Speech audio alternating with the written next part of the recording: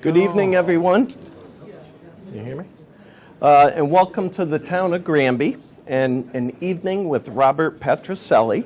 My name is Scott Cunley. I'm the first selectman of Granby, and I, along with Susan Patricelli Regan, will be your co-host for this nonpartisan and very informative discussion.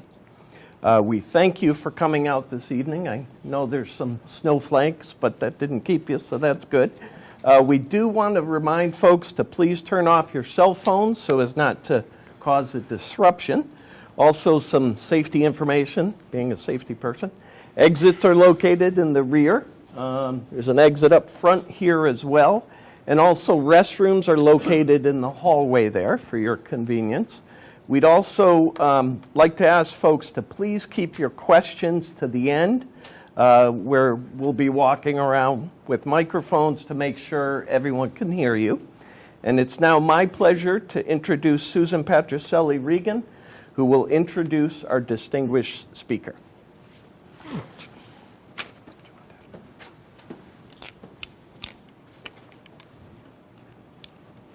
Thank you, Scott. It is my distinct pleasure, and in all transparency, Bob Patricelli is my cousin. So I am very proud to announce that he is the co-chair of the Commission on Fiscal Stability and Economic Growth, a serial entrepreneur who has created 3 companies from scratch worth over $2 billion, and former federal official in the Johnson, Nixon, and Ford administrations, and privately is a longtime resident of Simsbury. Bob, Granby welcomes you. The podium is yours.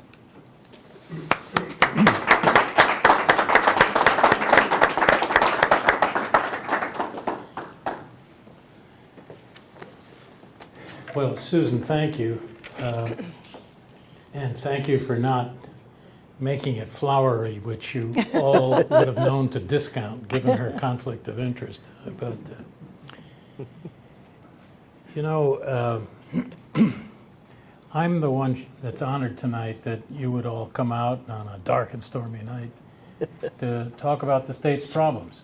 And that speaks well of the town of Granby and your interest in civic affairs. Bill, do I need this, or I don't need to wave this around? I also want to acknowledge our 2 state representatives that are here, Bill and Tammy. They know a lot more about these subjects than I do, so I hope they will participate very actively as we go through this. Let's try to make this a conversation that is helpful to you. I'm going to rip through some slides as quickly as I can to lay some issues on the table and some ideas on the table, and then the more time we can spend in conversation, I think, the better. So perhaps you've heard about this commission. This really came out of an initiative by some of us in the private sector who were worried about the state of the state. And back in September of 1917, it was, we got to see the governor and the 6 legislative leaders, and we said, why don't you appoint a commission, a private commission? They were deadlocked on the budget, you remember back then, and not getting along very well. And lo and behold, they agreed. And so in the month of December of 2017, the governor appointed 8 people, including Jim Smith, the former CEO of Webster Bank, now chairman, and me as the co-chairs. So he appointed 8. And the legislative leaders appointed 6, so 14 of us, very diverse group, number of women, number of Hispanics, people of color, a lot of business people, but business people of all sizes, somebody out of the healthcare field, etc. Very diverse group. And they gave us this charge: develop and recommend policies to achieve fiscal stability and promote economic growth and competitiveness. And we stayed very focused on that. So we didn't try to study the education cost-sharing formula. We didn't try to perfect the state's healthcare system. We're all about fiscal stability and economic growth, which, as you will see in a minute, those those are the material issues facing the state of Connecticut. We were given an obligation to produce a report by March 1st. Effectively, we had 76 days. We got it done. Never worked so hard in my life. I was supposed to be retired. And we had a whole range, over 36 recommendations, trying to be comprehensive. Part of the problem with the state is that people haven't stepped back and tried to take a comprehensive look. And you know, something as complex as a state economy, you twist a dial down here, but you don't do anything about the problem over here, and you're not going to fix the problem. So we were pretty comprehensive in our look, even focused as we were just on fiscal stability and economic growth. I would say about those two things, fiscal stability is the chicken, economic growth is the egg. You're not going to get businesses to invest and grow and come to Connecticut unless we solve the issues of the instability of the state's finances.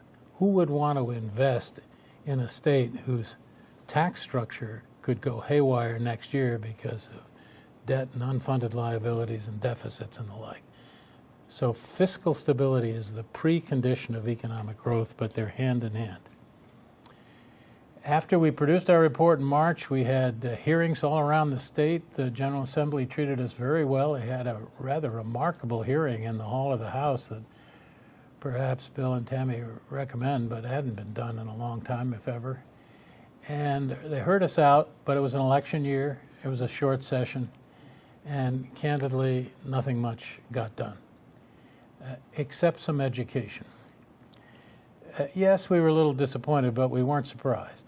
And even though we were formally disbanded, we just kept going. And hey, we're private citizens. Who's to stop us? And in fact, the legislators and the state agencies continued to work with us. And through the election season, we talked to candidates and people, tried to influence the debate. And late in November of 2018, we came out with a second report, much shorter, and more focused on 6 major sets of recommendations, but still fiscal stability and economic growth. And now the timing's better. Now we've got a full legislative session coming. We've got a new governor who's looking for good ideas and a new platform, and I think a General Assembly who's open to collaboration. So in the next few minutes, I'd like to do 2 things. One is to describe the problems, and if you remember nothing else, I hope you will carry away from this a memory of the most important problems facing the state. We have solutions. I'll talk to you about those, but I'm not going to tell you it's our plan or the highway. There could be better plans, smarter plans, but we challenge people to come forward with a comprehensive plan, as we did, that does try honestly to affect the problems.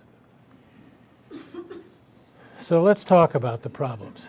And they were a lot worse than we understood, even when we were proposing the establishment of the commission. Come to find out that the state's economy, gross state product, had actually shrunk by 9.2% from 2007 to 2017. I'll come back to that in a minute, but everybody else was growing. Connecticut was shrinking. We were ranked 50th in gross domestic product, 2017. Yes, growth has picked up some in 2018. We've got the numbers through the second quarter, but let's not celebrate too much. We're still ranked 43rd. So yes, we're back in the plus column, but struggling. Now we start to really get into some of the causative issues, and that's the makeup of the state budget. We've got about a $19 billion general fund budget, something in that order. This year, 50% of the state budget is going to so-called fixed costs. That means state employee pensions and health care, interest on debt, and entitlements, principally Medicaid. 53% is fixed costs, and you can't do much about it in the short term. The Office of Fiscal Analysis, which is the General Assembly's think tank, said in its report for this current year, fiscal 19, that discretionary costs, the other part of the budget, the other 50%, would have to be cut by 17% to accommodate the growth in fixed costs. So fixed costs are eating us alive. Third, we've got an enormous burden of debt and unfunded liabilities. I'll come back to that in a minute. And fourth, and this is something I think that most legislators don't appreciate, but businessmen are very conscious of, we've lost our competitive mojo as a state. You look at our rankings among the states that we in particular compete with, and we've fallen off the table. So let's look at some of these things in greater detail. Whoops. Here's the first one on the drop-off in gross state product. You see we were down 9.1%. Look at it. Everybody else in New England was up. U.S. as a whole was up. We've got about a $280 billion gross state product. By being down almost 10% from even and down another 10% compared to the average of everybody else, 20% off the typical state performance, we lost $50 billion of gross state product. In effect, in the course of this last decade, put state tax rate on that, and we wouldn't have a deficit issue. Budget would be just fine. But we had a lost decade. And so whatever Governor Lamont and the legislature think are the problems, to us, this is the most important single slide that we produced. You've got to fix the economy. Sure, there are all kinds of issues that we could talk about, but unless the economy is fixed, we don't have any money. Here's the economic mojo chart, one of them. We, with some of our bigger corporate sponsors and participants, we picked out a series of so-called aspirational states. These are the states that, for companies that are looking to locate pretty much anywhere, North Carolina, Texas, Florida are attracting a lot of companies. Here's how they rank on the Moody's survey and the Forbes survey and the like. You see they're doing pretty well in green, but you take our neighbors, including Connecticut, the bottom four, and you see that we're down in the bottom decile in everything. Worse off than our two neighbors, Massachusetts and New York. We're kind of fighting with New Jersey for dead last. That's a distinction we don't want. But this is not good news. And I think it was news to a lot of people in the General Assembly. They don't see analyses of this type. This particular chart charts the drop-off in our economic progress over the last 19 years, 15 years in this chart, along with the accompanying drop-off in our competitiveness. So you see, things were pretty hunky-dory up until about 2006, and our competitiveness ranking on the principal competitiveness rating we think is a so-called Beacon Hill rating. We were 8th. And our economy, the dotted line, was performing in line with the U.S. as a whole, maybe a little better in some years. Then we hit the recession, and we went down deeper, and as you've read, recovered less well. And so in the third period here, starting around 2009, we have just radically underperformed. And all during this period, our competitiveness rankings have dropped because the governor and the General Assembly was raising taxes to try to plug holes in the budget. A variety of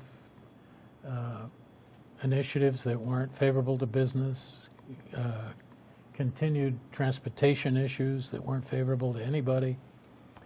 And so our competitiveness rankings dropped, and we went from 8 to 43rd in the space of 15 years. That's dramatic. Here's another cut at competitiveness. How do you rank it? Look at who's leaving and where are they going. We lose 428 residents a week from the state of Connecticut right now. This data is from slightly earlier period. I think most of it's 2015-16. But you see who we lose among these 5 states, who we lose to and who we gain from. And of course, our biggest loss is to Florida in terms of residencies. But most importantly, Connecticut residents moving away average $123,000 in household income. New Connecticut residents moving in earn $93,000. So we're losing the middle and upper income people, getting more lower middle income people. So migration is an issue for us. That's nothing that will surprise you. We're one of only 9 states that has lost population. We've lost population for 5 years in a row. Let's take a little bit of a closer look at the budget. I told you before about our percentage of fixed expenditures being around 50% now. It's rising to 53% by, I think, fiscal 23, so it's getting worse. But what's really scary is the rate of rise of fixed expenses at 5.9% is eating us up because revenues are flat. You see, from 17 to 20, down a half a point. Now, revenues are coming back a little bit with good tax returns, but this is what's killing us. The governor will be able to balance the biennial budget by hook or crook, but he's got to keep doing it $500 million better every year because our deficit is growing $500 million a year as a result of 5.9% versus maybe 1% in growth. Now, let's look at those fixed expenses for a moment because they are at the bottom of at the heart of the deficit and debt problem. J.P. Morgan creates an index called the iPod index. They take interest, pensions, other post-employment benefits, which means retiree health care, state employee retiree health care, and defined contribution. So debt, pensions, and retiree health care in effect. And they say if your iPod ratio is 15% or less, that is the ratio between those expenses and total state revenues. If those expenses are 15% or less of your total state revenues, you're manageable. Connecticut's at 35. Connecticut's the 3rd worst in the country. And this is what rating agencies look at. This is what employers are aware of. To be stable, you need to be in 15 to 20%, and we're at 35. It's just staggering and discouraging. And it's not just a budget deficit issue. Many of you are business people. You know there's a P&L and there's a balance sheet. Well, we don't much like our P&L. That's what we've been talking about. Wait till you see our balance sheet. We have— $100 billion in debt and unfunded liabilities. unfunded liabilities being state employee and teacher pensions and state employee post-retirement health care. We haven't been funding those fully. And I'll say on behalf of the Malloy administration, they at least started to fully fund the annual costs of pensions and health care, the so-called annual required contribution to cover both the current costs and the debt service necessary to pay future benefits. But before that, previous governors, Republicans and Democrats, previous legislatures, didn't fully fund the required contributions. Starting, since the beginning of state employee pensions in the 1930s. They didn't begin to fund any until the 1970s, and unfunded them and low funded them from the 70s until the Malloy administration. So we built up this whopping balance of $34 billion of pensions, state employee and teacher, and $22 billion of post-retiree health care, which, by the way, is an issue we ought to talk about. Probably nobody in this room has employer-funded post-retiree health care, but state employees do. And then close to $30 billion in debt. Now that's calculated, this $85 billion is calculated using investment return assumptions that are unrealistic. The state uses an 8% investment return assumption for the teacher's pension and a 6.9% for the state employees. The actual performance for the last 10 years of state pension investments has been 5.1%. So if you want to minimize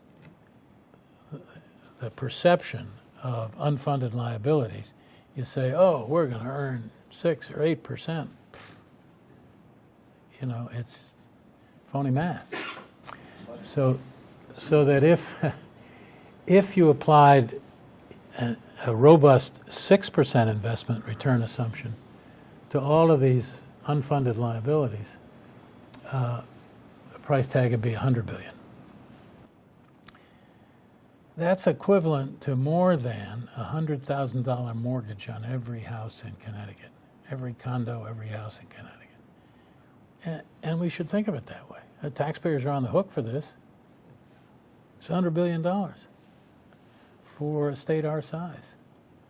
If you were an employer thinking about locating in this state and you're looking at a mountain of debt and the third worst iPod ratio, and you're wondering how stable the tax situation is going to be for you going forward, wouldn't you be concerned? So that's pretty dreary news. Let's get off what we call the burning platform and talk very quickly about a few of the recommendations. And I'm going to hop over this part pretty quickly because I want us to get into Q&A. And I'd be the first to say we're not saying our recommendations are the absolute shining path, but they're a starting point. They ought to be taken seriously. 6 quick points. We ought to be able to take $1 billion of spending out of the $33 billion of spending in the general fund and the special transportation fund. That's about 3%. Any business of that scale could figure out how to take 3% of spending out in bad times. You'd think we were sacrificing, the holy relics here. Certain people approach the idea of saving $1 billion in the state budget as outrageous. By the way, one of the things we could do is start collecting the sales tax that's actually owed to us. We only collect about 58% of sales taxes that are assessed. The average state collects 63%. Every 1% is worth $70 million. If we could just pull up 5%, that's $350 million of new state revenues right there. Tax rate stays the same. Let's just collect what's owed. So take $1 billion out by cutting spending or optimizing revenues. Second,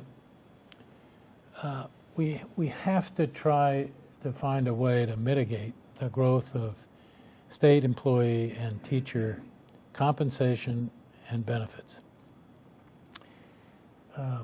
We didn't call for cutting them. We said, can't we just hit the pause button? Because they have two scheduled 3.5%, the state employees have 3.5% raises. I think it's this year and next. And we said, could you reopen the current agreement? Could you hit the pause button on that? We're in deep trouble here. How about take a 2% raise, but put it into the pension plan? Increase your contribution to the pension plan because it's underfunded. That's what we proposed. And we urged the governor to try to reopen the so-called CBAC labor agreement, which is the 10-year deal with the state employees, which was probably the worst thing that Governor Malloy did. So we're locked into 2027 on the terms of pensions and health care for state employees. We had other proposals too. We are very concerned about post-retirement health care. Not only is it virtually entirely absent in the private sector, for state employees, it's a wide open defined benefit. The state pays whatever Medicare doesn't pay with some very small copays. So it's a wraparound Medicare, open-ended. If Medicare shrinks, which it will, the state tab will go up. This is madness. We can't make that commitment. There's already $21 billion of unfunded post-retirement health care liability. It's growing at over 10% a year. It's got to be changed. But you got to reopen the labor agreement to do it. So we called on him to try to do that. We'll talk in the conversation about what it appears he is doing. Third, we said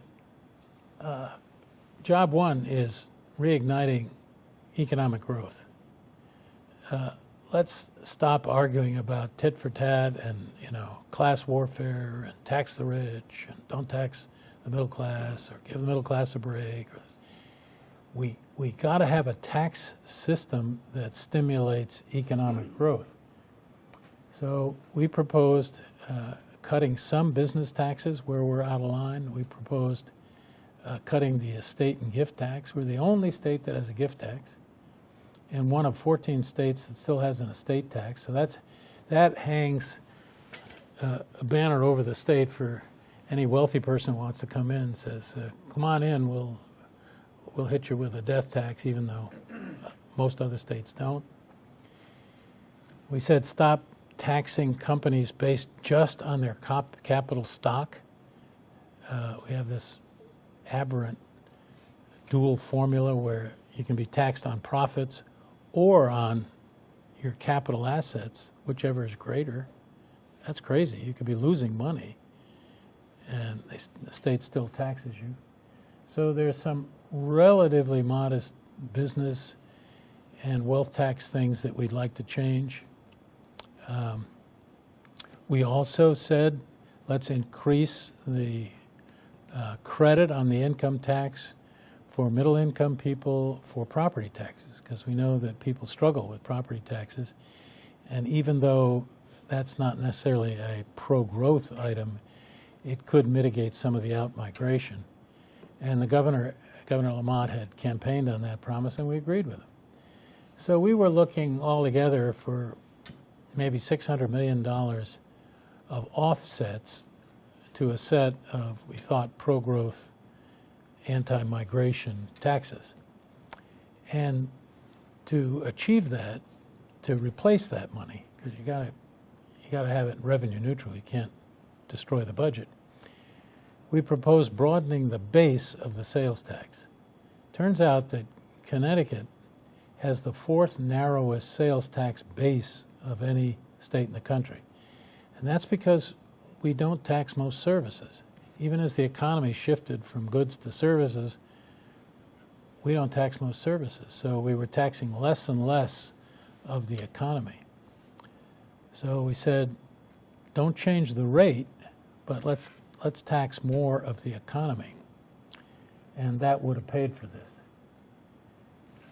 We had a lot of discussion about transportation. If you're focused, as we were, on economic growth, you got to deal with congestion, you got to deal with commute times to New York City and Boston, you got to deal with the airport, you got to make this an inviting place.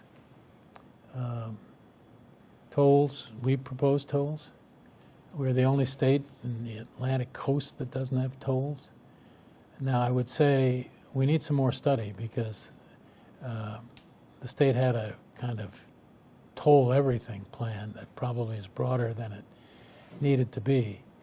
But conceptually, we think tolls are inevitable. We said workforce is a huge issue for business. We don't have enough STEM people in the state of Connecticut. We're not producing enough STEM graduates. The majority of STEM graduates come from private colleges and universities, but the state provides no support for scholarships at private colleges and universities. So we said, create 4,000 scholarships a year at the publics and the privates. That would take $20 million of funding a year, $80 million over 4 years, and we said bond for it. We'll probably talk some about bonding later because bonding is apparently going to be tight. But we think that's an investment in the state's workforce that's got to be made, and the legislature should step up to it. And the last thing is we said we can't continue to sprinkle small amounts of state aid all over the place.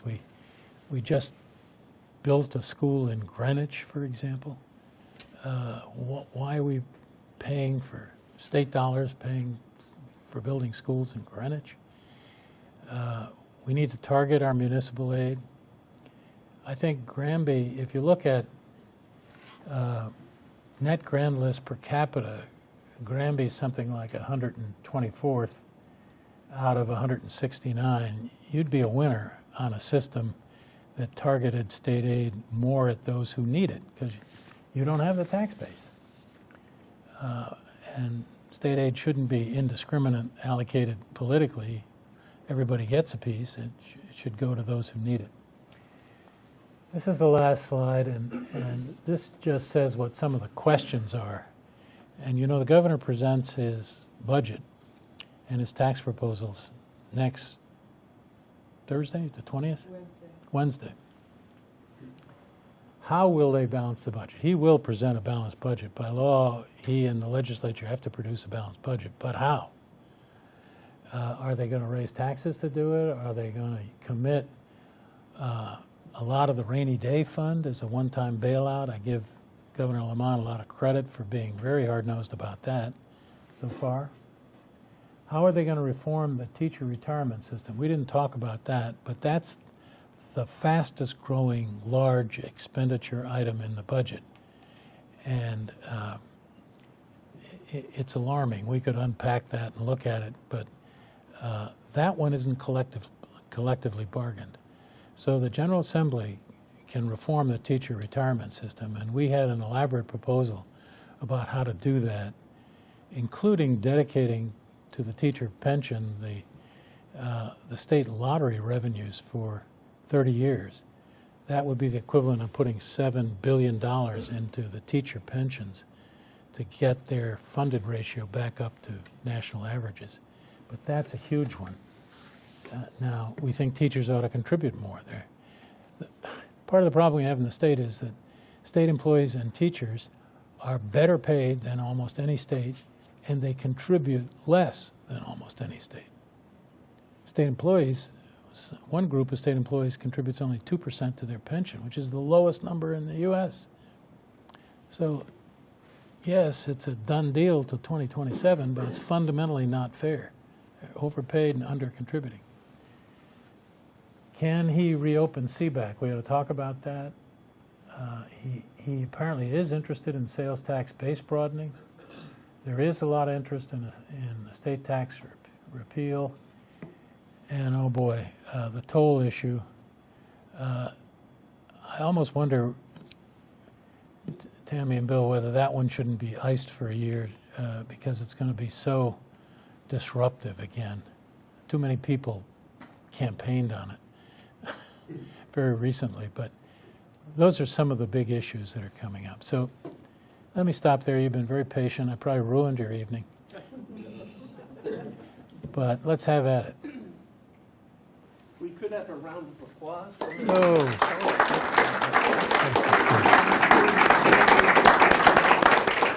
So at this point, I'll go around with the mic. If you have a question, please raise your hand, and we'll get the mic to you, because we're on TV.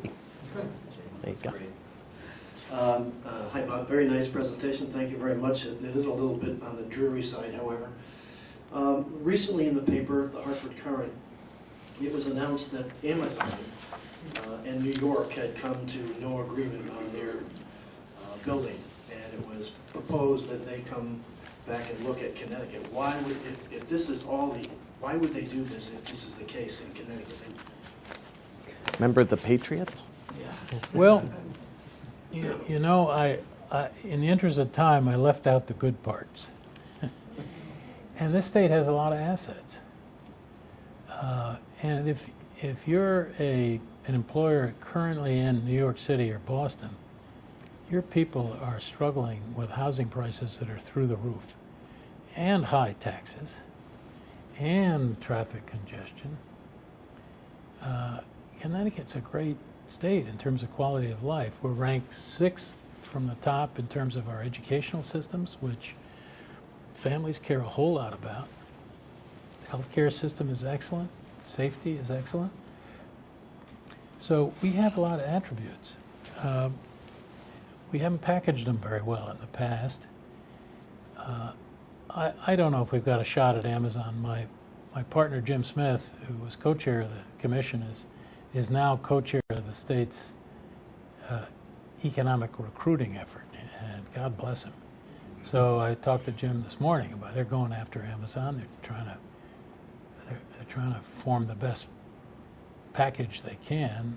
Unfortunately, the last administration hadn't done the kind of research that needed to be done. But could you make an argument that in largely vacant parts of Bridgeport or Stanford, even, that you could produce a new community, in effect, with housing and commercial space, that you could be on the New Haven line?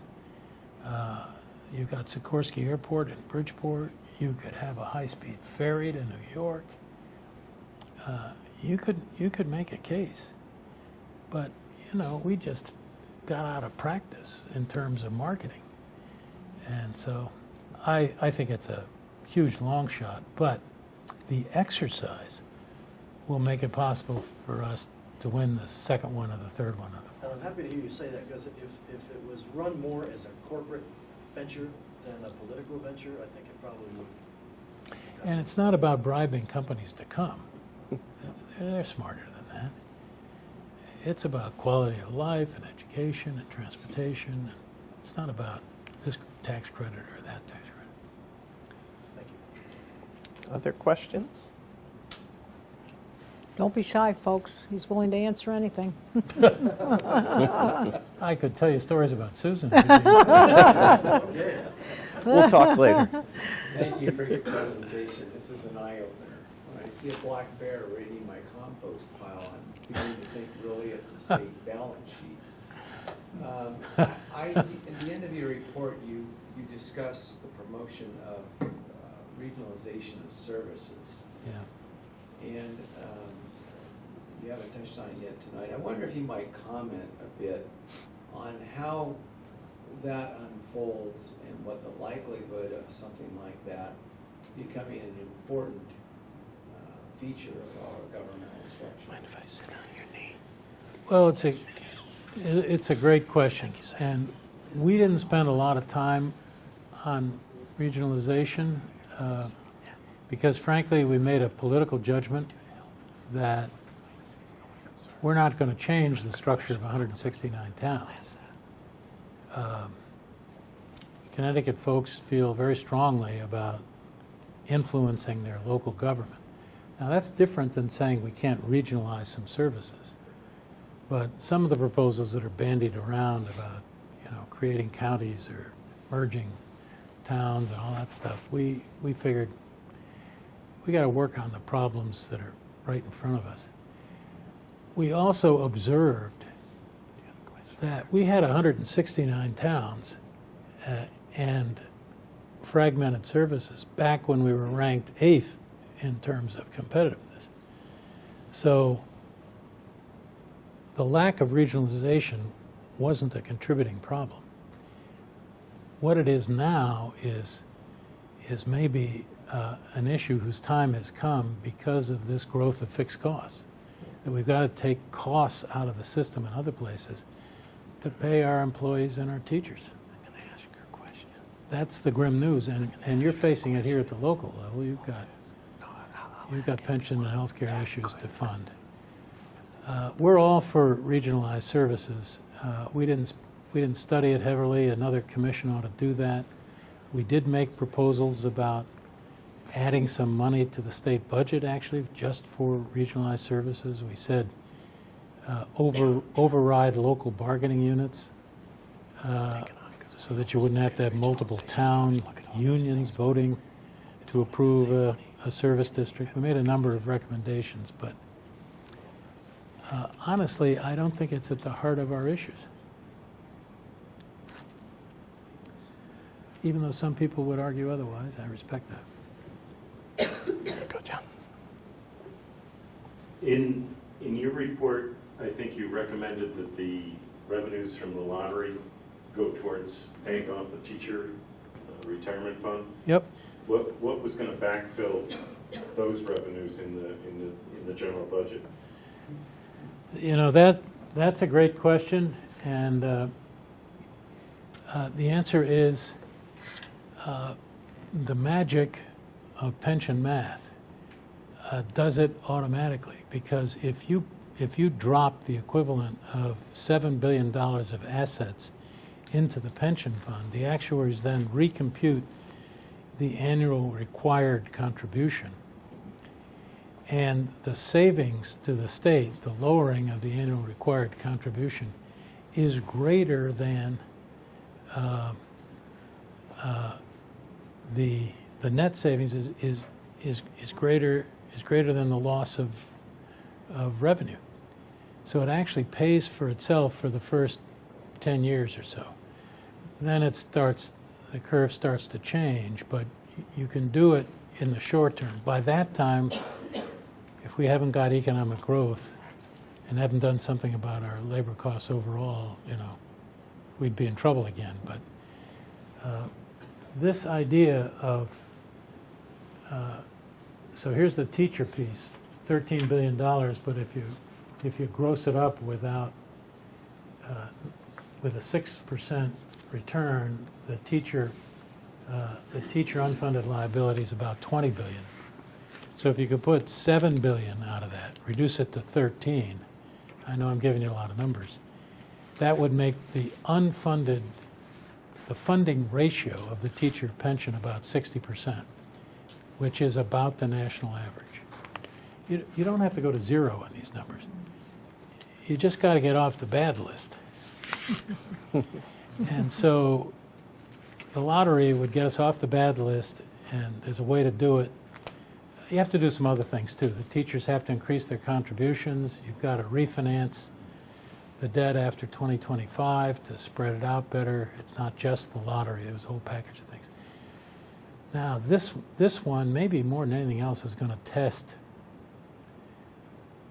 the General Assembly, because labor will be, look at all the teacher strikes around the country and stuff. This is going to be very hard, but it's got to be done. It's a huge issue. Bob, if I can ask a question, in terms of your recommendations, what can we do as citizens, business owners, elected officials, excuse me, to assist with this? What can we do?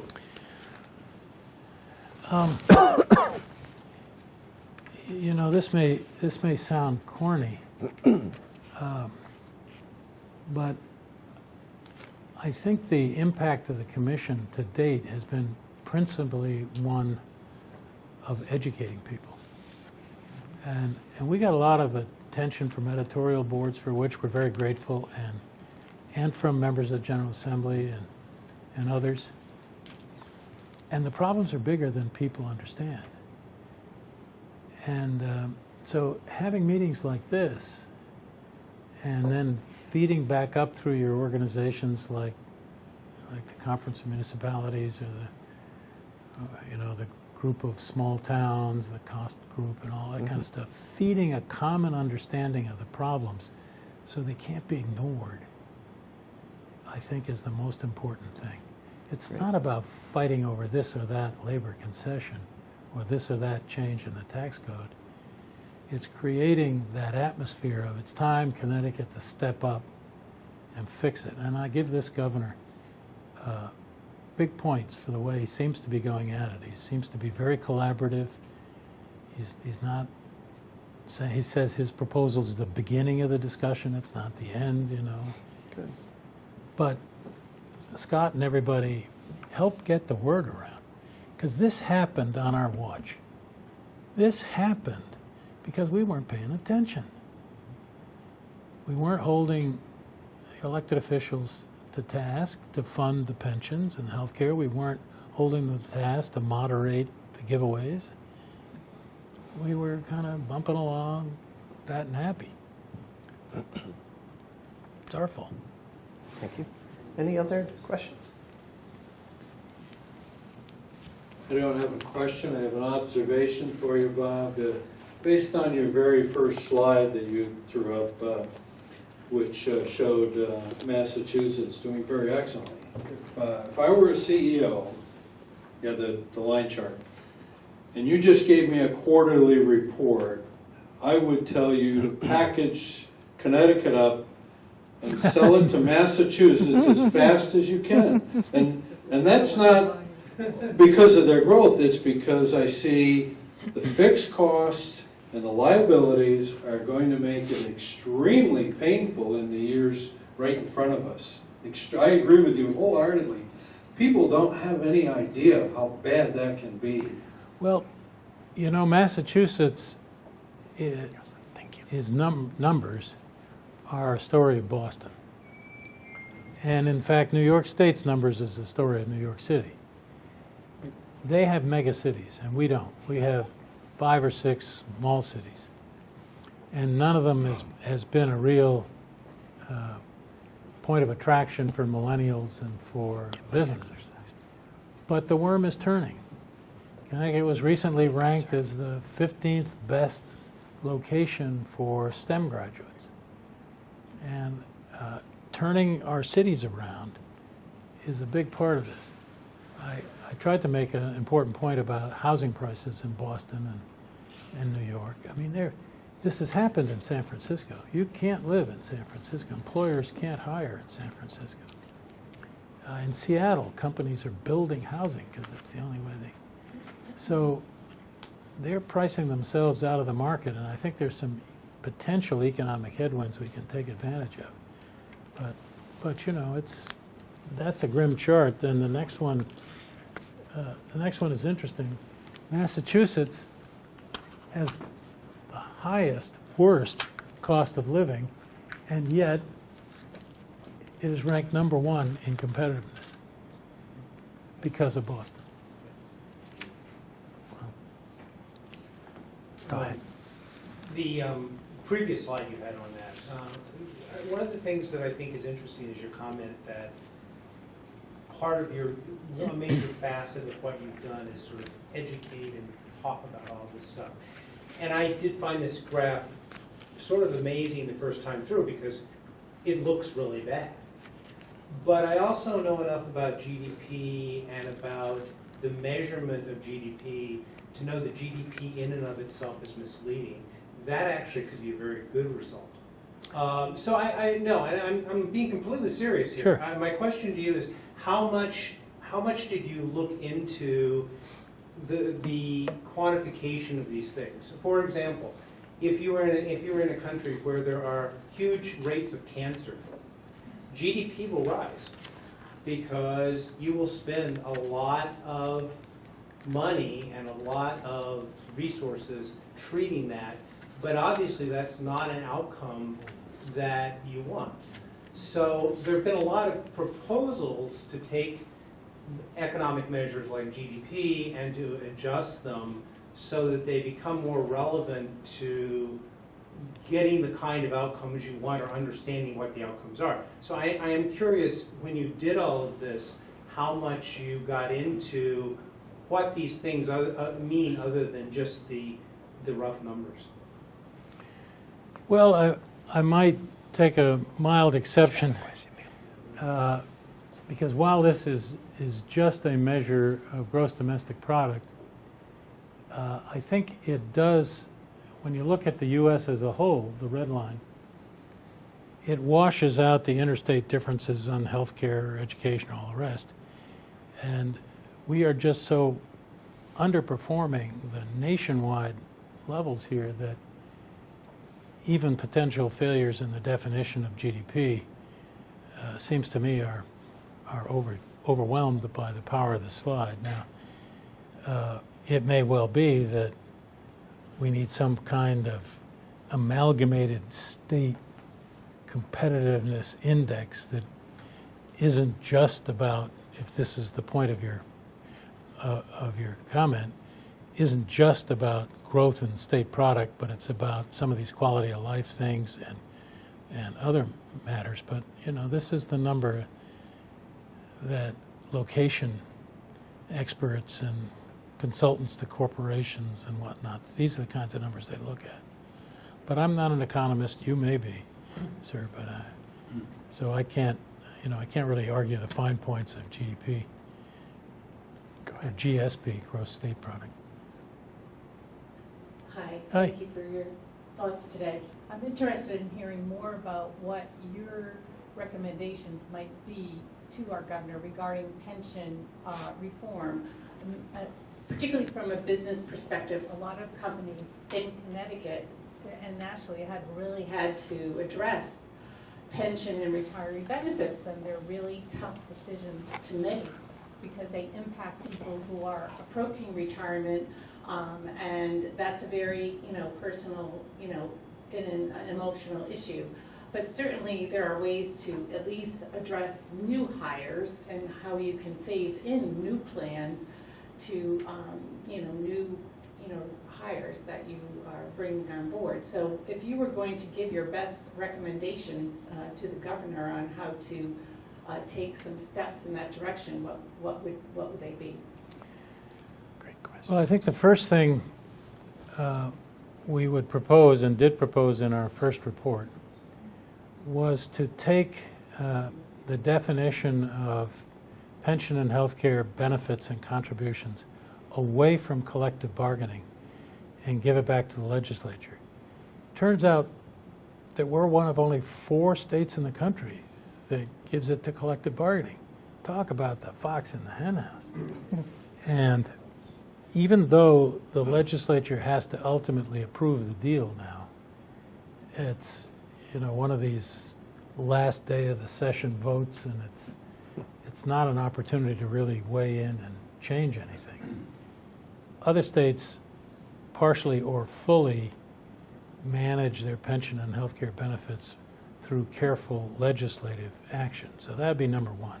Now, that's not saying that we can reopen the deal that's on the table, but going forward, let's give it back to the legislature. Not that the legislature's been great on this stuff, but I mean, I think we got to bet on our elected representatives. There isn't any place else to go.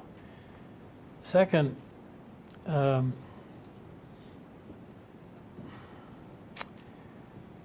I guess I would say that putting aside the teacher issue, which is huge, I'd focus on healthcare.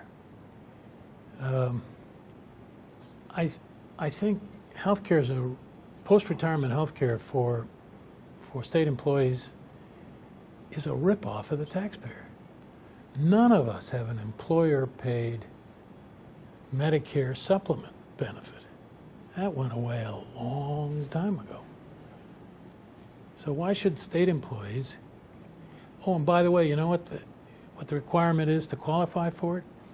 You've got to pay in 3% of compensation for 10 years, and then you and your spouse have lifetime coverage, which is worth, that together with the pension is worth $40,000 to $70,000 a year. So post-retirement benefits for state employees are much larger than exist in the private sector, the people that are paying for it. So we've got to move the state healthcare system gradually away from defined benefit. I said how it's this wraparound, an unstable core, toward a defined contribution. Now they've started to do that with the pensions. So for new employees at the state, they've got an entirely different pension deal. They've got a so-called hybrid plan where they get a piece of defined benefit, but then they get an IRA with a 1% state contribution, a defined contribution. That's probably too low. We think actually for the new employees, the state won't be competitive, won't be able to hire very well. So we proposed improving, but living through to the point where we no longer have the people on the current system is budget hell. So smart people could figure this out. I was having a conversation with an Aetna executive 2 days ago about let's get some experience from around the country on how some states have tried to move post-retirement health care toward defined contribution. Those are some of the things I'd do. Can I just add to that? Here you go. Yeah. It's important, like you heard, that for new employees, we finally made a difference. We have this hybrid plan, so prospectively, we're trying to make some changes. Last year, in our budget too, which was a bipartisan budget, truly bipartisan budget, only because there was an 18-18 split in the Senate, so they had to listen to us. So we had a truly bipartisan budget. But one thing we got a commitment. We get to vote on all union contracts. That's significant. In the past, it was negotiated with the governor's office and the bargaining unit. And whatever they decided to, the legislature would just remain silent and it would pass automatically. So all this great stuff that they got was due to inactivity of the legislature having the ability to vote on it. Now, we vote on all union contracts. We voted on one the other day in the Appropriations Committee, and it had to do with the judicial people. And the important thing about that was we got voted down anyway because the Democrats outnumber us like 2-1. But we were able to bring out some of the things that people aren't even aware of. Like people in Connecticut are lucky to have a job. People in Connecticut are lucky if they get a raise. People in the state, in this particular bargaining unit, get an automatic step increase every single year. They get a longevity bonus just for the privilege of being, of working for the people in the state. The shop stewards for the union are paid by your tax dollars to do union work. So such things like that. Now that we get to vote on these contracts, we can bring them out in committee hearings. We can make the public aware of just how absurd it is. So then people like you will just get in an uproar and say, how can this be? And it's that where then give us the ability to hopefully make some changes in the future. But Bill, that's better. But what you really should have the authority to do in the legislature is through hearings and open debate, discuss the structure of the pension and healthcare programs. Just having an up or down vote at the end doesn't really allow you to influence what the bargaining has produced. So I wish you well, but it's not good enough. You got to get it away from collective bargaining. Why should we be one of 4 states that? Comment and a question. I hope our new governor has the courage to take on CMAQ because it is the 900-pound elephant in the room. We are absolutely being suffocated and strangled by the public sector unions. That's my comment. My question for you is, what do you think about an increase in the minimum wage proposal? I know that $15 an hour has been floated around. From a business perspective, I'm curious as to your thoughts. Well, we actually supported that in our first report and continue to support that. We said it had to be graduated over several years, that it had to provide differing levels of minimums for younger workers. But frankly, as a matter of equity and as a part of a comprehensive package of lightening some tax burdens on business that we proposed and things like that, we said this was a good balance. Now, you know, Massachusetts has voted to go to $15. New York's at $15. It's moving up around us. You can't live in this state for $10.10 an hour. But it just has to be done from a small business perspective. It has to be done slowly enough and carefully enough so that employers can absorb the cost and pass it on over time. And maybe there has to be a differential for kids below some certain age. But, you know, honestly, as a matter of equity, I'm for it. Let me get this one person here. Mr. Coonley asked earlier, you know, what can we do sort of here at the local level? And so I'm sitting here listening to everything, and it occurs to me that Granby has a burning platform, and Granby has, you know, sort of its own harsh reality. It seems to me there's an opportunity to apply the same sorts of rigor and thinking to the situation we have locally. You guys did something in a very short amount of time and put together some, you know, some recommendations that are worthy of consideration. How would you see a process like this sort of playing out at the local level, or what advice or what, you know, what perspective do you have maybe to offer on how that might work? Well, I don't think any one town or even 2 or 3 or 4 towns can make much of a dent, but your collective bodies have got to take this on.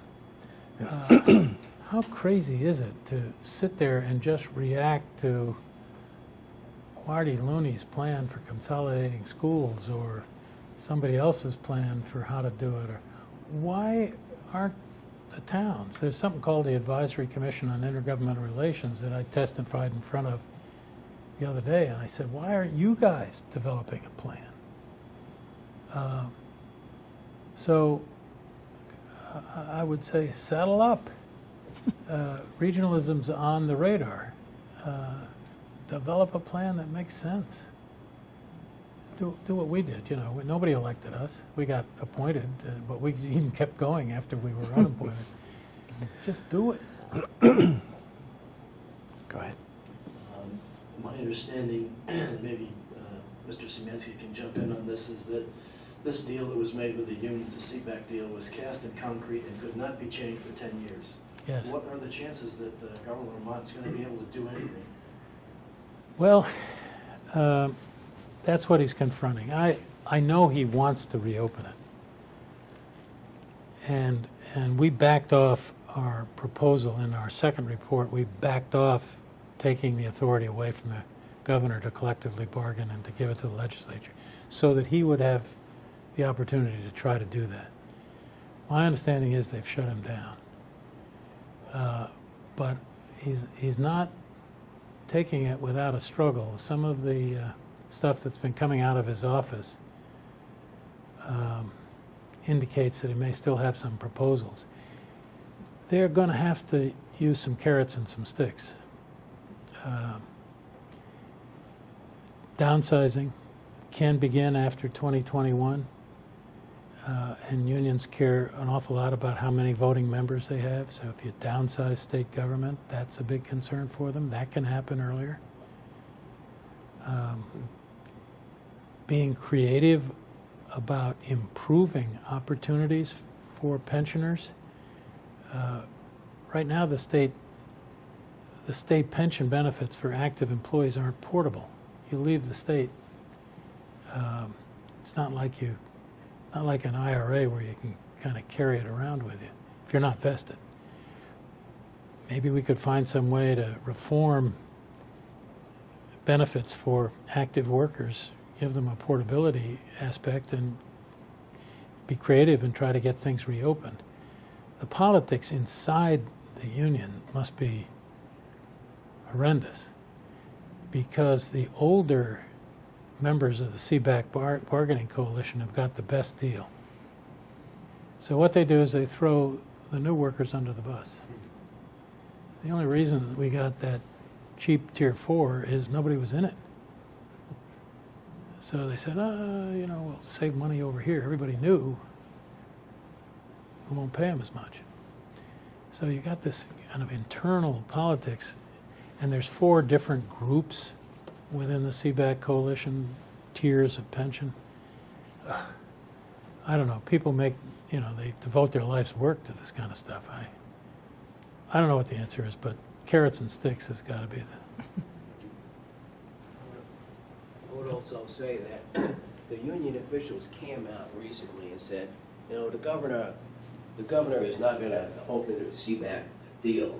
For them to come out right front and say that, I think they're scared that the governor will in fact be looking for some concessions. But aside from that, we're locked into 2027 if we don't reopen the agreement. It says we can't lay anybody off until then. But we lose by just retirements and stuff, approximately 2,000 employees a year. We don't have to replace them. So there's money that can be saved there. So whether we open the CBAC agreement or not, there's still a lot of agreements that we, the legislature, and the governor can argue with CBAC, like, those are authorized positions, but you know what, these people are retiring, don't fill them. That's something we're looking at in the Appropriations Committee once we see the governor's budget. And as far as downsizing government, CBAC only applies to union employees. There are a lot of commissioners, there are a lot of assistant directors, a lot of political positions that can be gotten away with, quite frankly. So some of that is being looked at too. With the new governor, who really is the opening address to the legislature was, number one, started right off with workforce development, and then he's looking at economic development too. Those are the things we need to hear, as you heard. That's step number one, So we've got to control our economy, and I think the message we're getting, he wants to work in a bipartisan manner with both sides of the aisle. He invited Republicans to his house tomorrow, unfortunately on Valentine's Day. My wife is really upset about that, but we're going because it's a bipartisan effort. He's reaching out to us. He wants to work with us. So, for me, the glass is always half full. I'm really, really positive that we'll see some good things coming out of this session. Thanks, man. Any other questions? Before we wrap it up, I do want to thank our town manager, John Ward, Susan Christian, and also Kathy Kane, I don't think is here, who helped put this together, all the food, which doesn't look like anybody ate, so please eat some of the food. And also Susan and Bill Regan for all the work that they did in putting this together. So one last question, do we have any more? Well, with that, if we could give Mr. Patricelli another round of applause. Thank you, folks, for coming out. Thank you for the honor of coming. Thanks, Bob. Really Thanks, appreciate Scott. that. Was great.